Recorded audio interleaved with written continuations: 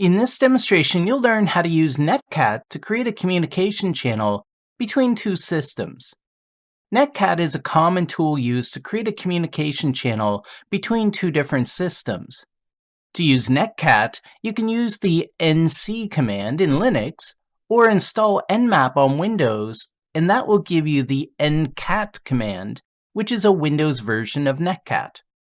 Let's get started by, on my Windows server here, my first step is going to be to set up a listener on this target system. In this example, I'll set up the listener on the server. The listener opens a port on the system to allow the attacker to gain access at a later time.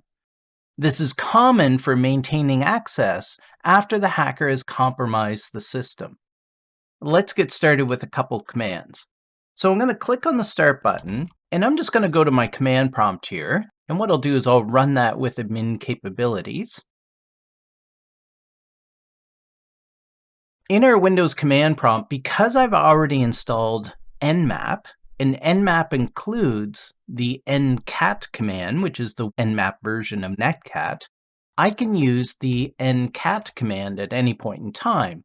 So the first thing I want to do is show you that NCAT has a -H switch that you can use to get help on the command, which will give you a list of all the different switches that can be used. So we can see here, this is NCAT 7.95, and it shows the usage is NCAT, and then specify your different options, and they give a list of all the different options here. I'll highlight a few of those options in a second. After you specify your options, then you specify the host name or IP address, and then a space, and then the port number that you're trying to use NCAT or NetCat to connect to. Now, some common options that are here, you can throw in a -4 where options is, which specifies that you want to use IP version 4 versus -6 would use IP version 6. Some other common options that I'm going to use in my example is -E, which means we want to execute a command. So what I'm going to do is I'm going to set it up so that if somebody connects to the system, a command prompt executes. And that'll give me command prompt access from a remote system. Some other switches that are useful here, there's the -H. We also have down below here, we have the -L. -L is how you set up what we call a listener. It means that you're configuring NCAT to listen on a port number. So I'll use -L. We also have -N, which means don't resolve host names via DNS. So a lot of times if we are using host names, we may want to cut down on name resolution traffic by doing a -N. We can also use -V for verbose logging, so it outputs as much information as possible. So that's another switch. You'll notice that there are other options as well, so to specify that you want to use SSL to encrypt the communication, that kind of idea. So lots of options there on the NetCat command.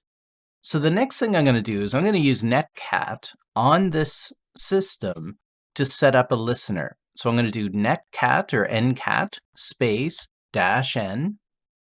Then after -N, remember -N is for no DNS lookups for name resolution. -V for verbose logging. Now I am going to set up this system as what we call a listener, which means this is going to be the target system. I'm going to go, after I set up the listener to listen on a specific port number, I'm going to go to another computer and I'm going to connect to this listener. After I do a -L for I want to be in listening mode, then I do a -P to specify the port number. And what I'm going to do is I'm going to go with, I want to listen on port 50,001.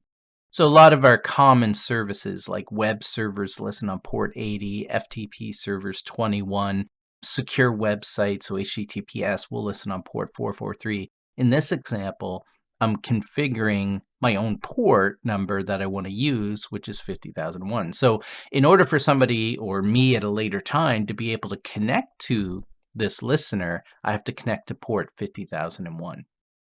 Now, the other thing that I want to do is I want to execute a command. So I use -E, and I'm going to do cmd.exe. right? Which means that when somebody connects to this port, cmd.exe will execute. So I'm going to hit enter here, and we can see here that we get some output. It says that NCAT version 7.95 is being used, and notice that it says that NCAT is listening on port 50,001. And then I have a cursor blinking there without a prompt. So this is basically NetCat running. It's currently waiting for me to connect from another system. Now, after we set up the listener, if we expect to be able to connect into the system at a later time, we're going to have to open the port on the firewall to allow somebody to be able to connect to that port. Again, which is probably myself at a later time. So to open a port on the firewall, we click on the Start button, and we're going to type in the command firewall. And we're going to go into the Windows Defender firewall. Once in the Windows Defender firewall, we're going to come down here to Advanced Settings.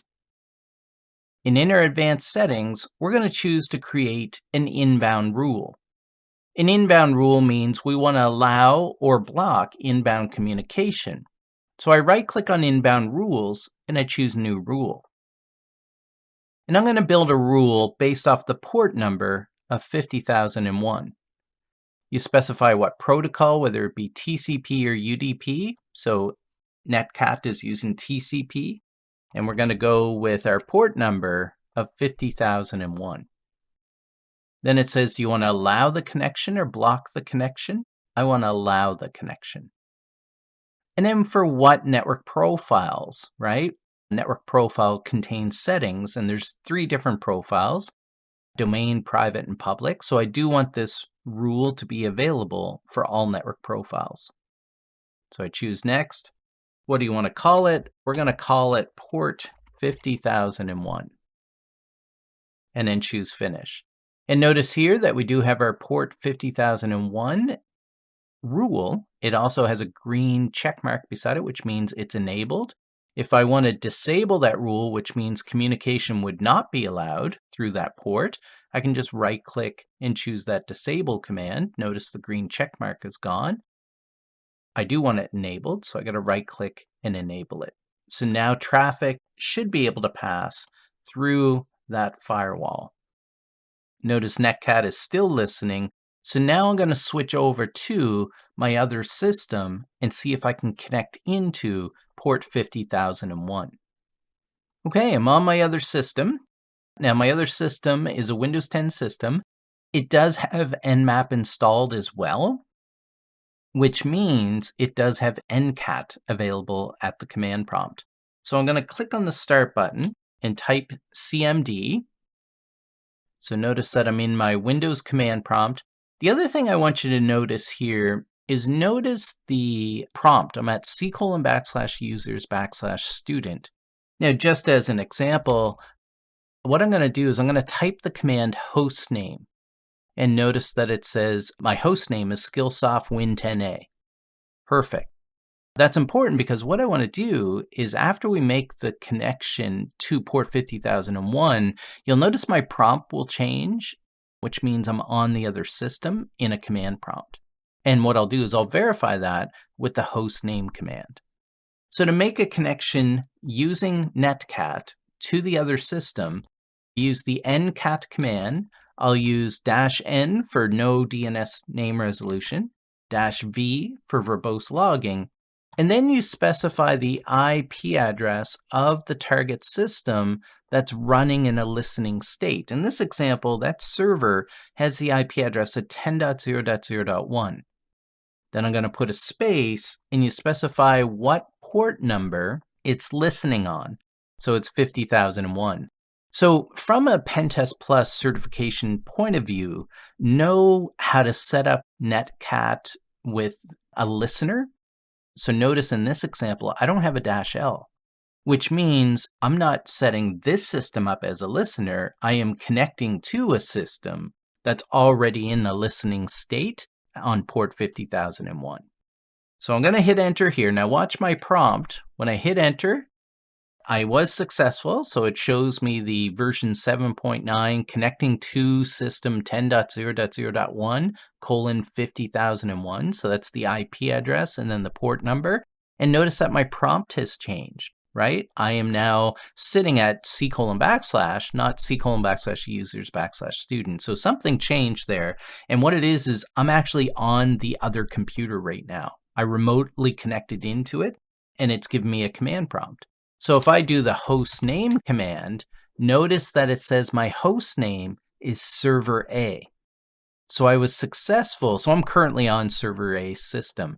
So if I wanted to, I could look at the list of user accounts with the net user command.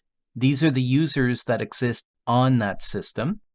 And the other thing I could do as well is I could do net user hacker with my password /add. I can create a user account on that system. So notice that the user hacker wasn't in the original list, but if I do a net user, now I've got an account called hacker on the left side in that first column. Perfect. So that account wasn't there 2 minutes ago. Now I can do net local group. I want to modify the administrators group, and I want to add the hacker account to that group. It says command completed successfully. So what I did here is I remotely connected into the system on a port that I put in a listening state myself. So that was my back door. And once you're connected in, my point here is I can use any commands on that system to change that system. So in this case, I just created another backdoor, which is my own user account that I could gain access to the system at a later time. And that user account is in the administrators group.